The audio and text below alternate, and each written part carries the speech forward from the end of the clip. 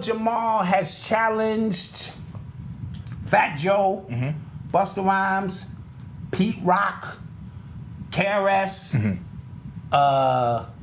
Crazy Legs, and all the heavy, I call this the Clash of the Titans. So all the Titans, he's called them out on a platform to discuss the origins of hip-hop culture and who participated and who didn't participate. And I'm gonna sit back, again, I told you this is above my hip-hop pay grade. I will sit back and, and watch what transpires. But I also said, just this weekend, because Sonetta pressed me on that. You know, I don't talk about that kind of shit. And I just said, look, Lord Jamar didn't tell one lie. He told the absolute truth.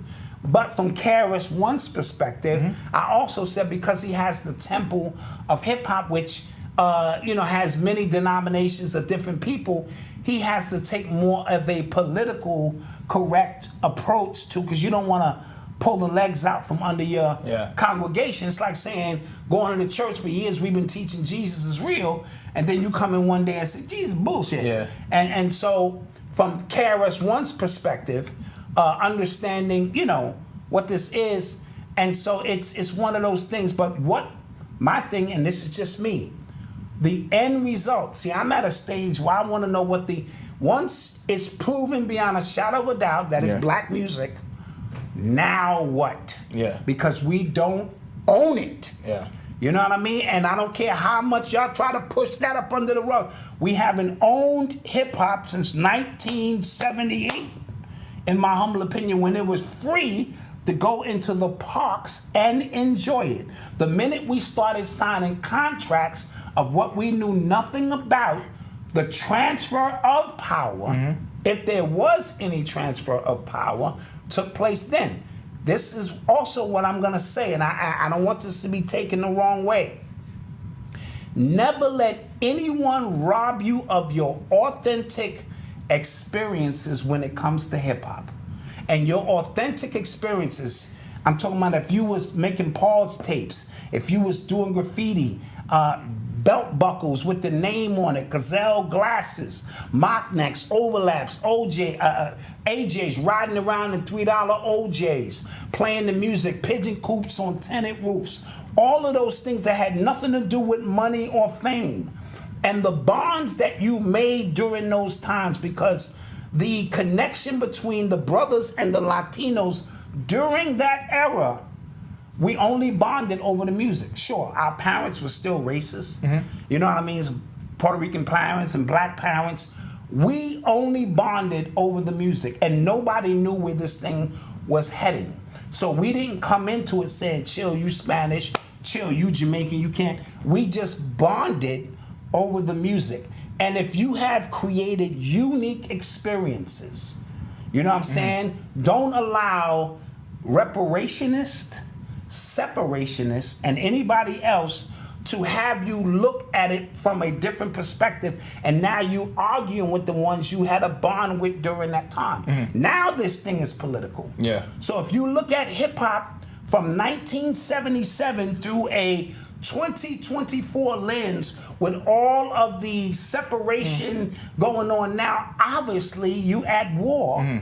But if you cannot give me a unique experience, if you wasn't in Cedar Park, if you wasn't in the 9 projects, if you wasn't in Bronx River, if you didn't wasn't in the trenches in the 70s, in the Bronx in particular, then there's nothing you can really say. And that's where the argument is going left. Because what I'm seeing is it's tapped into our like real tribalistic aspect of us.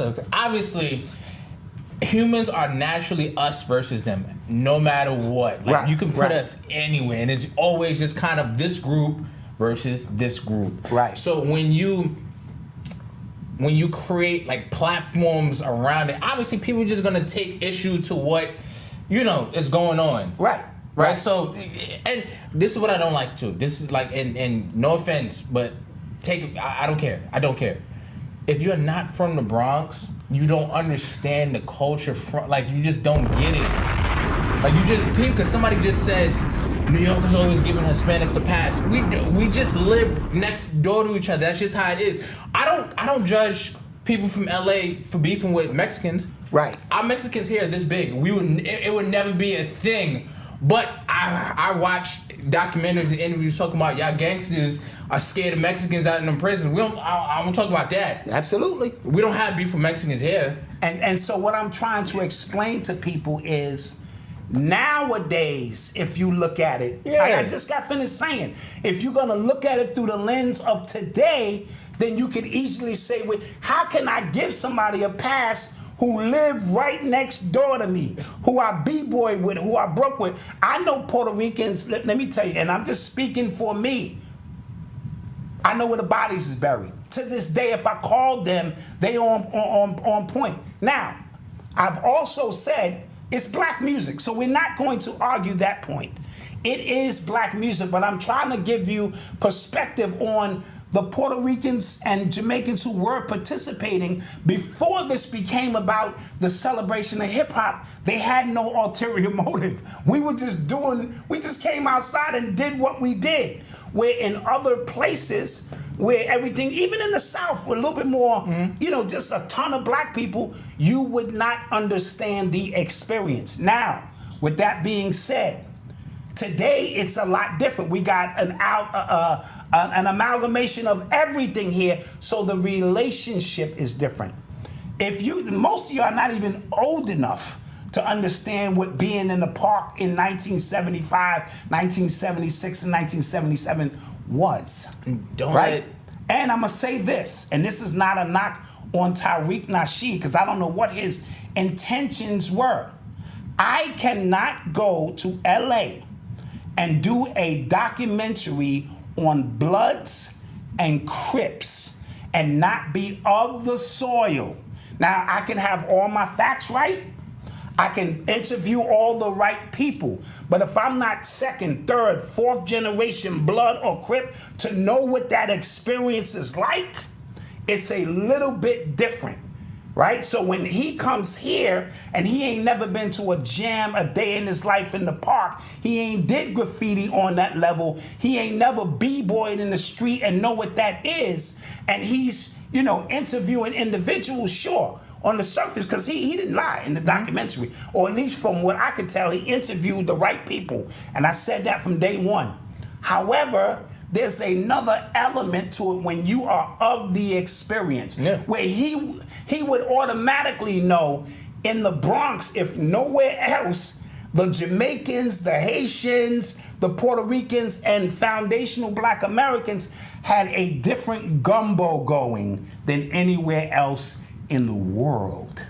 So I don't know if the Bronx just became that place where we all landed and did what we did. And those who are 50 and over, they know what I'm talking about, right? And so if I've been b-boying with you since 77, and now a documentary comes out and we looking at each other sideways over something that ain't got nothing to do with us, that's the crazy part. So this is what I mean when I say don't let nobody take away your authentic experiences that belong to you, no matter where you from. If you gangbanging on the West Coast, you can't let nobody come in and who don't understand the culture of gangbanging. You know what I'm saying? And what it's really about, come in and me leave, and now I got Bloods and Crips and Mexicans fighting each other. Yo, there's a guy in I think his name is Kev Mack. He is a former he's from the '60s, and he be interviewing everybody out there, right? Right. And if you go by movies, if you go by TV and stuff like that, you would think it was literally red versus blue. They talking like the old head Crips. I'm like, y'all beef for more Crips than Bloods. Like, yes. I was just like, I would not know that if it's somebody not from the soil to actually ask those right questions. You get what I'm saying? Yes, because you have to be of that soil. Right. And your documentary could be linearly on point, and it still lacks and this is the last thing I'm going to say about this. We don't own it. That's like me on one plantation, my plantation, and you on another one. We discover cotton. And we are manufacturing cotton clothes, and our plantation, man, we the biggest plantation, and y'all come along and y'all start making cotton too. And now I'm arguing with you because we created cotton first to make our slave masters the best on the planet. I'm arguing with you over semantics. Yes. Yeah. Right? Yeah. And I don't give a fuck who likes it. All right? That's my 20 cents on it. All right? You got what you wanted today. You got what you wanted today. That's what you wanted to hear. You got what you wanted. got it today. All right? This is what it is. It is black music from the onset. Other people got involved. That's what made hip hop so special. It cannot be defined. If we want to get technical, the most sampled breakbeat is not even James Brown. The shit is Bob James, okay, who's white. A lot of them breakbeats was from white band members, okay? All of them, Apache and all that shit was going on in the park. So it was a gumbo, and the environment, right? Because we're talking about art. The environment created a situation. And so this is why Puerto Ricans are saying, well, we wasn't there when the seed was planted, but we helped water it and do some other stuff. And so don't forget us. And that's not what the documentary is saying. It's just saying the origins of it. And so we get into this thing where we don't hear things. We're not hearing. We're not nothing. hearing. We just. So even the Latinos is off key because they're not hearing. We didn't say you didn't participate. Yeah. We're saying it comes out of the soil Yeah. of the original people. Yeah. That's where the semantics. So now we're arguing semantics. And you're arguing to respond. You're not listening. Nobody's listening. Nobody is listening. Yeah, nobody's listening. Because I'm hearing, I'm watching Puerto Ricans go, yo, you know we was there. Okay, yeah, oh, yeah. Yeah, you was there. All right, but you didn't start. But yeah, you did. Like you get what I'm saying? Right. Like so I get both sides of the story. Yeah. But as somebody who grew up in the Bronx in the 70s, we never looked at any of that. We just was, if you was dope, you was dope. That was it. And that's all. Now, as we revisit it 50 years later, and we're trying to claim something, when we own it, let me know. And I'm not going to let y'all sweep that under the conversation. I know I'm not invited to the gathering of the Titans and all of that, and I have zero problems with that. We're fighting over something we own no aspect of. So we're fighting for brownie points just to say we did it and you didn't.